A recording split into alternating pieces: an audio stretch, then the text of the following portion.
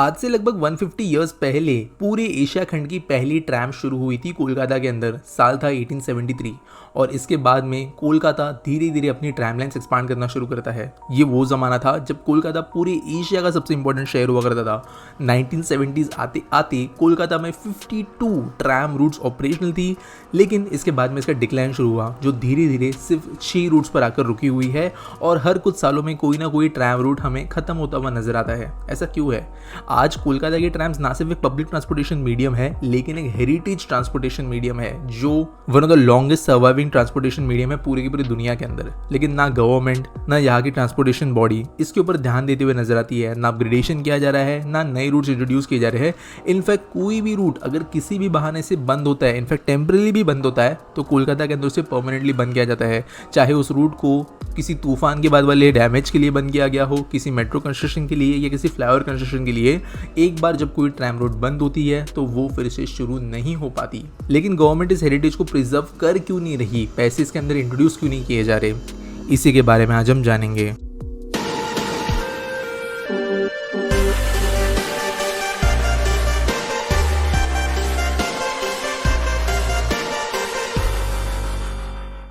दोस्तों, गवर्नमेंट क्यों हेजिटेंट है ट्रैम्स के अंदर पैसे लगाने के लिए, वो समझने के पहले ये समझना जरूरी है कि ट्रैम्स किस ज़माने में बेस्ट मीडियम ऑफ ट्रांसपोर्टेशन हुआ करती थी, कौन से ज़माने को सर्व करती थी और आज वो चीज़ें मैटर क्यों नहीं करती, तो वो समझते हैं।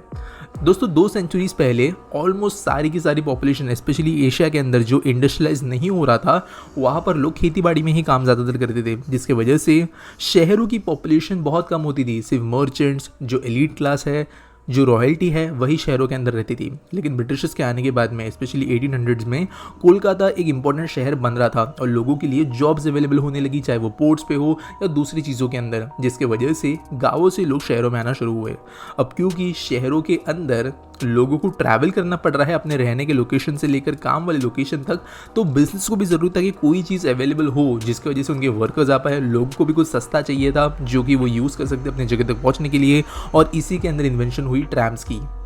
ऑब्वियसली इंडिया में नहीं हुई, लेकिन ये चीज़ एप्लीकेबल थी, जिसकी वजह से पहली ट्रैम रूट कोलकाता के अंदर शुरू हुई पूरे एशिया की। यही चीज़ कई दूसरे शहरों को भी इंडिया के अंदर उस समय पर एप्लीकेबल होती थी, जिस वजह से मुंबई, दिल्ली, चेन्नई और इनफैक्ट भावनगर जैसे छोटे छोटे शहरों के अंदर भी हमें ट्रैम रूट्स देखने के लिए मिलते थे। इनिशियली ट्रैम्स को तो घोड़े खींचते थे, लेकिन इलेक्ट्रिफिकेशन एक ज़्यादा सस्ता और क्लीनर मोड निकल कर आया, जिसकी वजह से इलेक्ट्रिफिकेशन इनका होना शुरू हुआ। अब ऑब्वियसली उस जमाने में पोल्यूशन के बारे में कोई सोचता नहीं था, तो उसके हिसाब से इलेक्ट्रिफिकेशन नहीं किया गया था, सस्ता था ये घोड़ों से। लेकिन 1970s आते आते जो नीड्स की वजह से ट्रैम्स शुरू हुई थी, वो नीड्स ही खत्म होना शुरू हो गई। पहली बार ट्रैम्स फिर भी उस जमाने में बनी थी जब शहर इतने भी बड़े नहीं हुआ करते थे, जिसकी वजह से जो स्पीड पर ट्रैम्स वगैरह चलती है वो ठीक ठाक थी लोगों के लिए। At the same time roads के ऊपर व्हीकल्स नहीं हुआ करते थे इतनी बड़ी संख्या के अंदर, जिसकी वजह से कंजेशन की दिक्कत नहीं थी, और नैरो रूट्स के ऊपर अगर ट्रैम भी चलती थी तो कोई बहुत बड़ा इशू क्रिएट नहीं होता था बाकी रोड ट्रैफिक के लिए। लोगों की जो नीड्स होती थी किन्हीं दो जगहों के बीच में ट्रैवल करने की, वो धीरे धीरे चेंज हो रही थी, प्रेफरेंसेस चेंज हो रहे थे, और इसकी वजह से ट्रैम्स इतना ज़्यादा बेस्ट मीडियम नहीं निकल कर आ रहे थे लोगों की नीड्स को पूरा करने के लिए। लेकिन बिगेस्ट हिट जो था वो था बसेस का इंट्रोड्यूस होना। एक ट्रैम जब बन जाती है तो वो उसी रूट पर चल सकती है। इलेक्ट्रिकल लाइन्स को मेंटेन करना पड़ता है, ट्रैम के वैगन्स को डेपो में मेंटेन करना पड़ता है, बिजली को चलाना पड़ता है, बिजली को सप्लाई करना पड़ता है, और कई दूसरी चीज़ें। लेकिन एक बस जो है यही चीज़ें काफ़ी दूसरे बेनिफिट्स के साथ में कर सकती है। याद रखना ये है कि 1970s के अंदर बसेस के लिए जो फ्यूल डीजल लगता है वो इतना महंगा नहीं था। Eight the same time climate change, pollution की बात कोई करता भी नहीं था। लेकिन बसेस ट्रैम्स के ऑल्टरनेटिव के तौर पर किसी भी रूट पर चल सकती थी, कहीं पे भी टर्न ले सकती थी। अगर ट्रैक में कोई दिक्कत आती है तो उनको कोई फर्क नहीं पड़ता था कि वो रोड पर थी, ना उनको बिजली की सप्लाई की जरूरत थी, ना हैवी मेंटेनेंस की, और इसलिए बसेस कई गुना बेहतर ऑप्शन निकल कर आया ट्रैम से।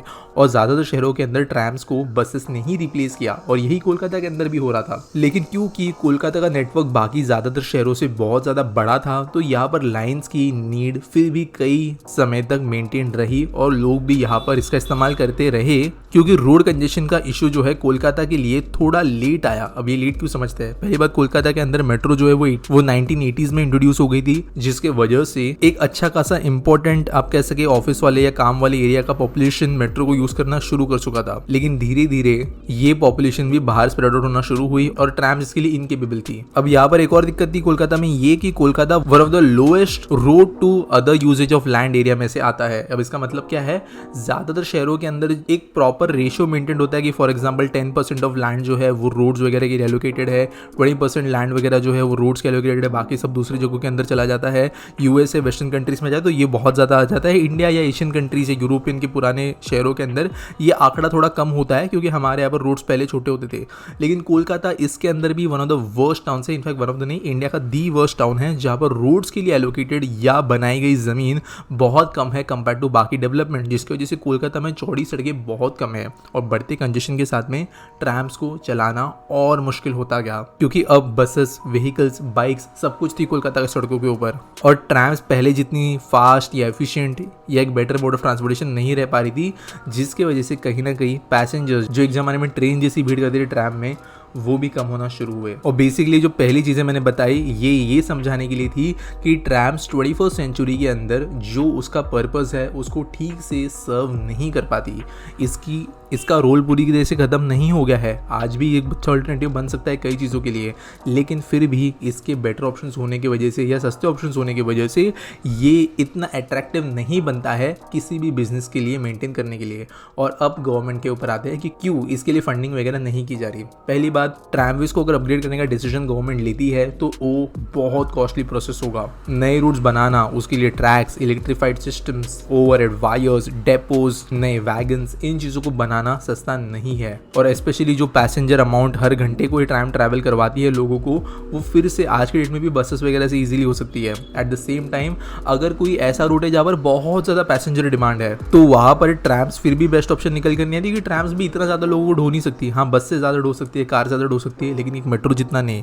और इसके लिए ज़्यादा डिमांड वाले रूट्स के ऊपर मेट्रो चलाई जा रही है, ना कि ट्रैम्स। और गवर्नमेंट अपना पैसा वहाँ पे इन्वेस्ट करना बेहतर समझती है और कोलकाता के अंदर भी वही हो रहा है। एट द सेम टाइम पहले के ज़माने जैसे शहर छोटे नहीं रहे, कई किलोमीटर्स के रेडियस में आज के डेट के शहर होते हैं, जिसकी वजह से ट्रैम स्लो स्पीड में जो चलती है वो भी प्रायोरिटीज़ के हिसाब से चीज़ों को फुलफिल नहीं कर पाएगी। और इसके लिए ट्रैम्स के अंदर पैसे लगाना भी एक लॉस गेम होगा, क्योंकि जो एक्चुअल में प्रॉब्लम है वो ट्रैम्स सॉल्व नहीं कर पाएगी कई मेट्रो एरियाज के अंदर।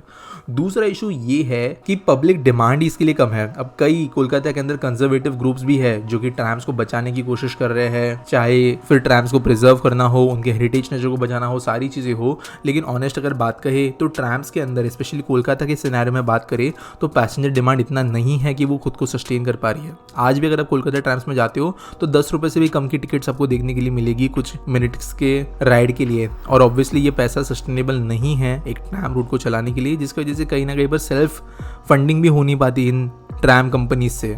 इसके अलावा पब्लिक सेफ्टी की अगर हम बात करें तो वहाँ पर भी ट्रैम्स जो है इतनी ज़्यादा सेफ नहीं है अगर स्पेशली मेट्रो वगैरह से कंपेयर करें तो। उसके बाद में इशू आता है रोड कंजेशन का। कितना भी चीज़ें हम कैसे भी बता ले, लेकिन एक रेल लाइन एक रोड के बीच में होने की वजह से कहीं ना कहीं पर जो स्पेस फॉर अदर व्हीकल्स होता है वो कम होता है। स्पेशली एक ट्रेन जो मैन्यूरेबल नहीं है, वो यहाँ वहाँ जा नहीं सकती टर्न करके, उसको ज़्यादा डिफिकल्ट होता है कंजेस्टेड एरिया में चलाने के लिए। साथ साथ जो लोग कंजेस्टेड एरिया के अंदर से ट्रैवल कर रहे हैं उनके लिए भी ट्रैम्स हेडेक बन जाती है। और गवर्नमेंट ऐसे increased mode of transportation specially Kolkata शहर के अंदर जहाँ पर रोड नैरो है वहाँ पर इंट्रोड्यूस करके रोड ट्रैफिक को और ख़राब नहीं करना चाहती। तो लास्ट में जो एक ही गवर्नमेंट के सामने ऑप्शन होता है इन ट्रैम्स को प्रिजर्व करने के लिए, वो है historic and heritage nature of ट्रैम्स को प्रिजर्व करने के लिए। जो देश के बाकी कई सारे शहर थे उन्होंने इसके बारे में इतना नहीं सोचा, लेकिन कोलकाता में क्योंकि ये 150 साल पुरानी हो गई है, लोगों का इससे एक लगाव जुड़ा हुआ है, तो ये चीज़ें मैटर करने लगी है। और ये हेरिटेज रिजर्व नेचर की वजह से ही काइंड ऑफ जो है ट्रैम्स ज़बरदस्ती पुश की गई है कोलकाता के अंदर, जो उसे अभी भी चलवा रही है। और ऑब्वियसली एक लॉस मेकिंग एंटिटी है, लेकिन गवर्नमेंट ये लंबे समय तक सस्टेन नहीं कर पाएगी। और इसकी वजह से जैसे जैसे कोई भी रीज़न की वजह से कोई भी ट्रैम लाइन बंद होती है तो वहाँ पर नई ट्रैम्स हमें देखने के लिए नहीं मिल पाती। और इसको आप दोनों तरफ से देख सकते हो, आप इसको बुरे तरीके से भी देख सकते हो, लेकिन गवर्नमेंट की भी बात यहाँ पर समझना ज़रूरी है कि ट्रैम्स के अंदर बहुत ज़्यादा पैसा पैसा लगाने की वजह से एक्चुअल में पब्लिक का बहुत ज़्यादा फ़ायदा नहीं होगा एक बड़े लेवल के ऊपर। एट द सेम टाइम ये पैसा दूसरी मीडियम ऑफ ट्रांसपोर्टेशन में लगाया जा सकता है जो कि एक्चुअल में ज़्यादा लोगों की मदद करे। और ये दोनों के बैलेंस के बीच में गवर्नमेंट हमेशा करंट प्रॉब्लम को सॉल्व करने के बारे में सोचेगी, ना कि हेरिटेज, हिस्ट्री, इन चीज़ों के बारे में। कुछ रूट्स जो चल रहे हैं वो मे भी गवर्नमेंट एक फुल टाइम के लिए फंड कर सकती है हेरिटेज के हिसाब से, लेकिन उसको एक्सपांड करना, नए रूट्स, नए व्हीकल्स को इंट्रोड्यूस करना बहुत डिफिकल्ट होगा कोलकाता के ट्रैम के लिए। तो ये रही कहानी। आपको कैसी लगी मुझे कमेंट्स में ज़रूर बताना। वीडियो अच्छा लगा हो तो लाइक, सब्सक्राइब करना। मिलेंगे अगले वीडियो में।